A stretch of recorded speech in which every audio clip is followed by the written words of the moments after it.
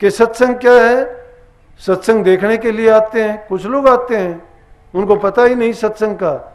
नए आदमी देखते हैं कि सत्संग है, चलो हम भी देखेंगे, कि जाके देखते हैं तो वो समझते हैं कि भजन होंगे, रागनी होंगी, कोई चुटकुले होंगे, कोई दिल बहलाव की चीज़ होंगी। लेकिन यहाँ तो ये रूखी सूखी बात मिलती है कि शराब ना पियो, मांस मिट्टी ना खाओ, बुराइयां चोरी ना करो, किसी से लड़ाई झगड़ा ना करो, छल कपट बेईमानी ना करो। वो थोड़ी देर में इधर उधर देखेंगे, क्यों ये बात उनके नहीं भाती, वो अंदर में नहीं उतरती ये बातें उनकी। वो 2-4 बार अगल बगल में झांकेंगे और फिर चुपके से निकल जाएंगे और जाके फिर बाहर कहेंगे यार कहाँ फंस गए थे। सत्संग को नहीं जानते, सत्संग का रस क्या है। जिन्होंने इस सत्संग के रस को जाना ना, वो ही सत्संग को समझ पाए। और जिन्होंने उस सत्संग को समझ लिया तो उनका जीवन बनने में देर नहीं लगी। जो सत्संग को समझ जाता है वही नाम की कमाई कर पाता है। जो सत्संग को नहीं जानता नाम की कमाई नहीं कर पाएगा। मैं बहुत से लोग देखता हूँ, देखते मैं कह देता हूँ वैसे खुश करने के लिए, क्योंकि आज नहीं तो कल, कल नहीं तो परसों। एक आदमी आज अगर किसी छोटे बच्चे को कहते हैं कि बेटा पढ़, उसको कलम दे देते हैं, कॉपी दे देते हैं, कहते हैं लिख। वो लिखना कुछ जानता नहीं है, लेकिन पेन हाथ में पहले पकड़ना सीखेगा। पकड़ने के बाद में लिखे भी टेढ़ी लाइन निकालेगा, कभी वो सीधी निकालनी भी सीख जाएगा और उसके बाद वो लिखना भी सीख जाएगा। और फिर ऐसा लिखना सीखेगा, देखेगा किधर लिखेगा, पेपर पर ही। इसीलिए, क्योंकि अभ्यास बहुत बड़ी चीज है, इसीलिए सत्संग बार बार जब हम करते हैं, रूह पर चढ़ी हुई मैल उतरती जाती है, धूल उतर जाती है वो। और सत्संग को सुनते सुनते कभी ना कभी कोई वचन हमारे मस्तिष्क में, हमारे ख्यालात में ऐसा घर कर जाता है कि वो हमारे जीवन को ही बदल के रख देता है। किस तरह से? जिस तरह से बलख बुखारा के बादशाह के जीवन को बदल दिया।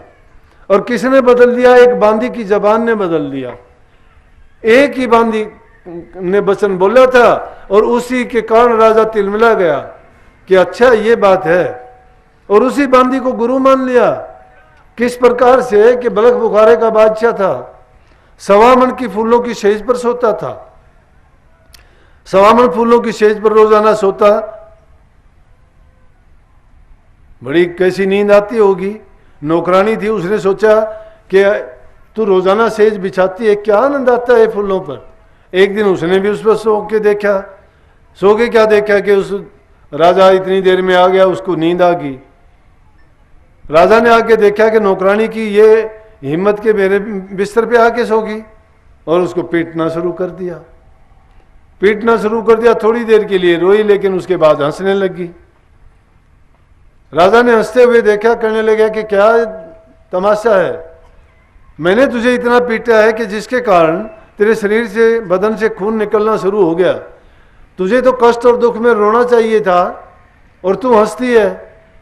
कहने लगी बादशाह सलामत, क्या बताऊं आपको। बोला कि बता, हंसने का कारण क्या है।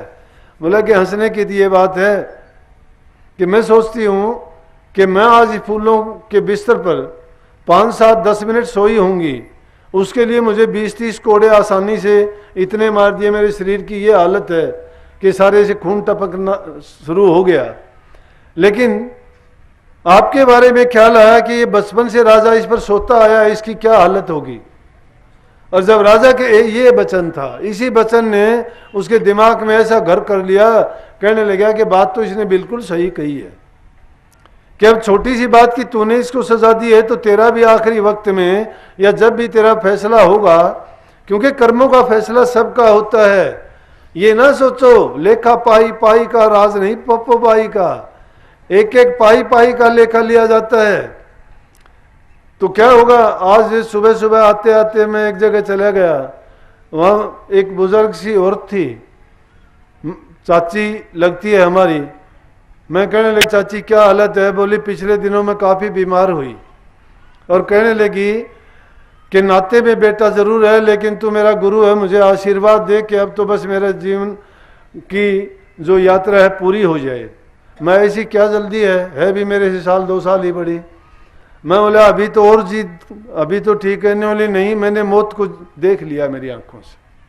मैं क्या हुआ कि मैं बीमार हुई, हॉस्पिटल में बीमार पड़ी थी, मुझे कोई होश नहीं था और लगता था मैं मर ही गई हूँ।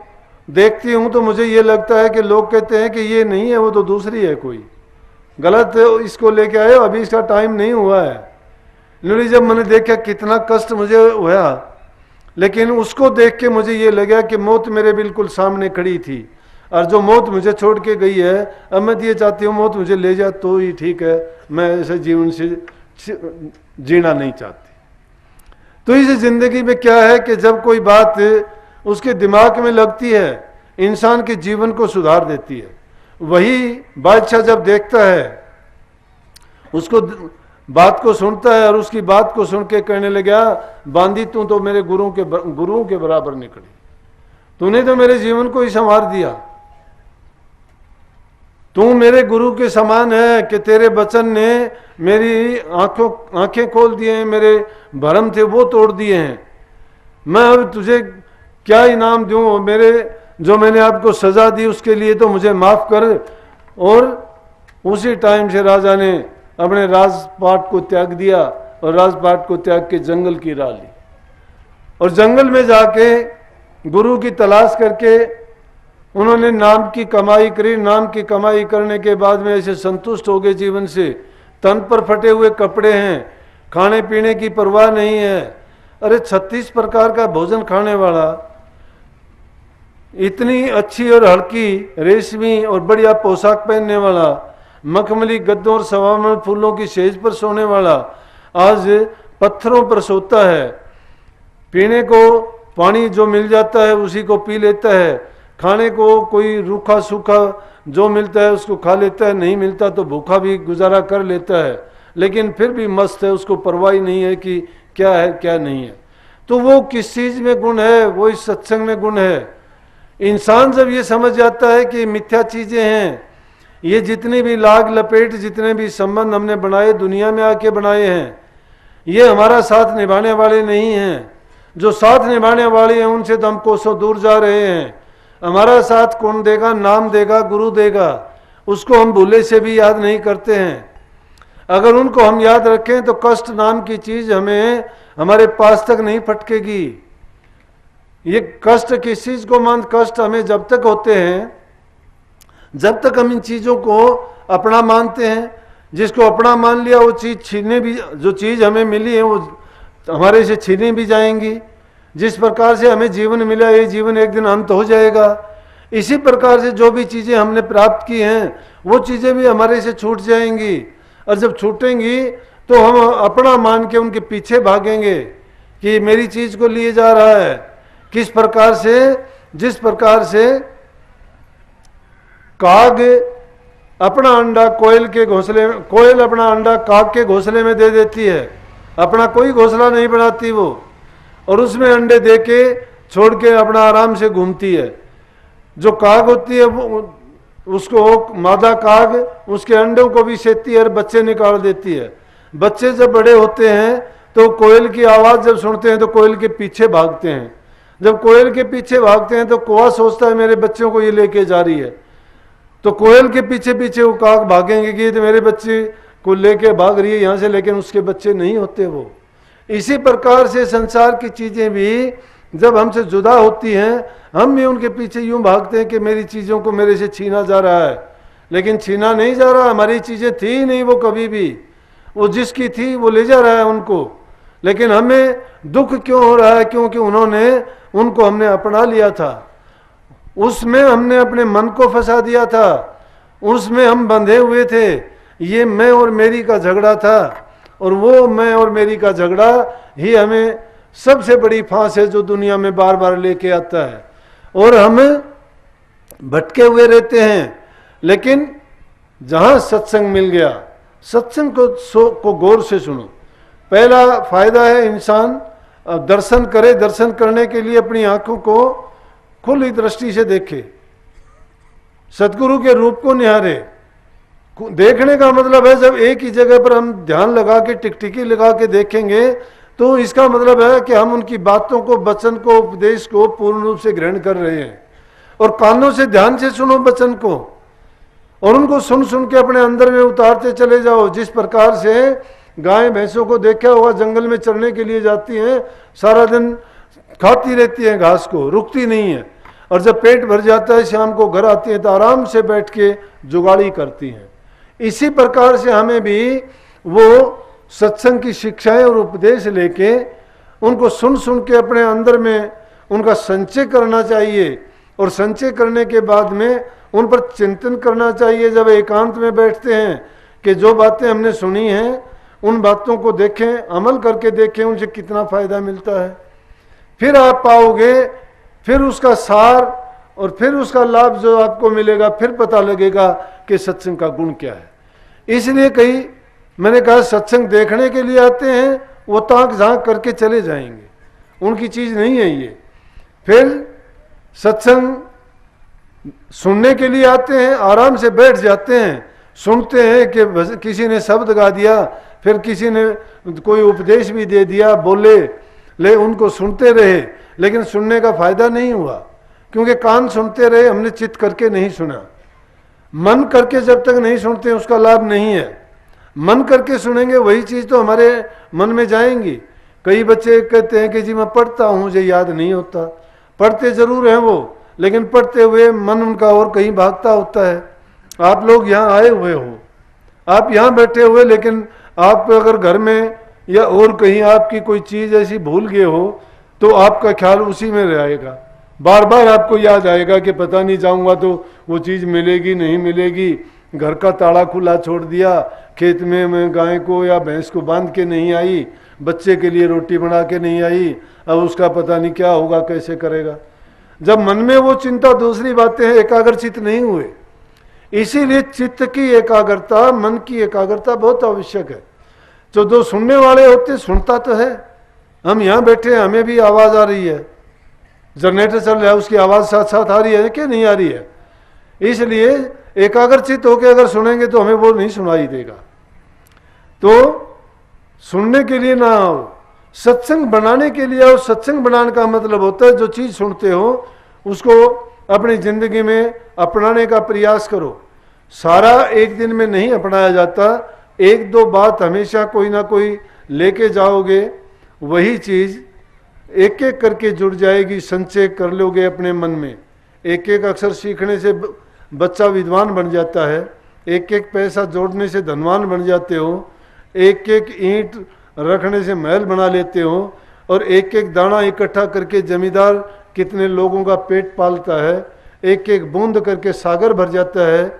इसी प्रकार से अगर एक एक चीज को भी जिंदगी में अपनाओगे, एक एक बुराई को छोड़ते चले जाओगे, तो मन पवित्र हो जाएगा, और अच्छी चीजों को संचय करने से हमारे हृदय में अच्छे गुणों का भंडार भर जाएगा। तो जब भी कोई काम करोगे, मन से करोगे, वचन से करोगे, कर्म से करोगे।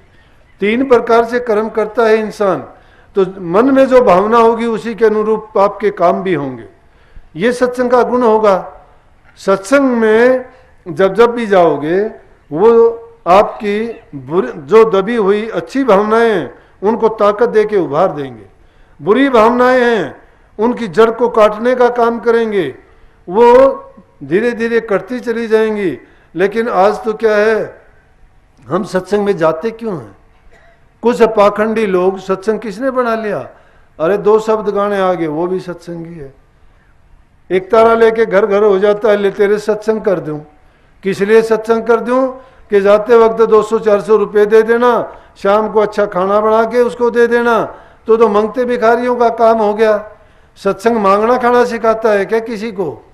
सत्संग बुरी आदतें सिखाता है क्या? अरे सत्संग है जीव का अंधकार मिटाता है, उसको अच्छी लाइन पे लगाता है, नाम का बखान करता है, प्रभु का गुणगान करके, और कहता है कि अपनी मलिन वासनाओं को त्याग के प्रभु में अपने मन को लगाओ और नाम की कमाई करो, तुम्हारा जीवन अच्छा, सच्चा और पवित्र बनता चला जाएगा।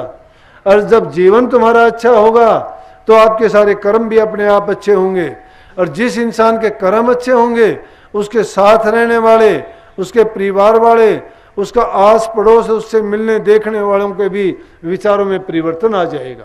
हम तो देखते हैं कि घर में हम नाम सत्संगी का लेते हैं और घरों की हालत होती है कि आपस में सास बहू की नहीं बनती, बेटे बाप की नहीं बनती, भाई भाई की नहीं बनती। आज समाज में जो कुरीतियां और बुराइयां हैं उनको देखो कि घर घर में झगड़ा है। सास बहू का इतना बुरा झगड़ा है कि उसको घर से ही निकाल देते हैं। बूढ़े बुजुर्ग ने, जिसने तुम्हें पाल पोस के बड़ा किया, आज उसके लिए 2 रोटी नहीं है। अरे जो माँ बाप की सेवा नहीं करता, सत्संगों में जाएगा कोई फायदा नहीं, पूजा पाठ करेगा कोई फायदा नहीं, तीर्थों पे जाओ, दान पुण्य करो, कोई फायदा आपको नहीं होगा, परमात्मा की भक्ति करो, कोई फायदा नहीं होगा।